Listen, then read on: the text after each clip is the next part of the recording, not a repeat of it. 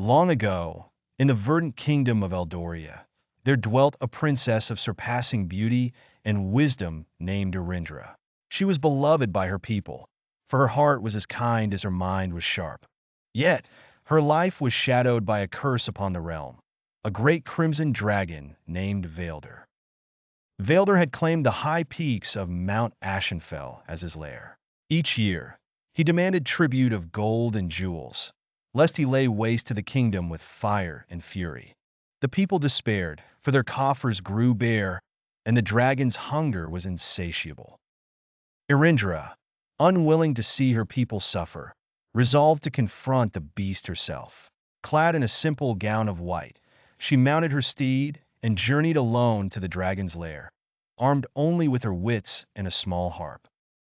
When Eryndra reached the summit, she found Veyldor perched upon a throne of molten stone, his scales glinting like rubies in the light of the setting sun. His eyes, vast and golden, regarded her with a mixture of curiosity and disdain. "Why comes a mortal maiden to my domain?" he rumbled, his voice shaking the very earth. "Do you bring me tribute, or shall I feast upon your bones?" Eryndra knelt before the great Wyrm, her voice steady despite her fear. "O mighty Veyldor, I bring neither gold nor jewels, for my kingdom is bereft. Instead, I offer you a song, a tale of your grandeur, to be sung through the ages."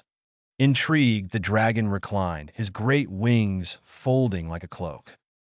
"Sing, then, little one, but know this: if your song displeases me, you shall not leave this place alive." Eryndra began to play her harp, her fingers weaving a melody as ancient as the stars. She sang of Veyldor's might, of his fiery breath, and his dominion over the skies. But as her song unfolded, she wove in tales of the dragon's loneliness, of his yearning for a companion who could match his wit and wisdom. The dragon's gaze softened, and a low rumble, almost a purr, escaped his throat. "You speak of truths long buried, princess. But what companion could a beast such as I hope to find?" Eryndra set aside her harp and met his gaze.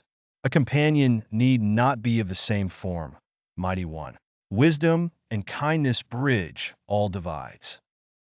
Moved by her words, Veyldor made a pact with the princess. He swore to guard Eldoria, not as a tyrant, but as its protector.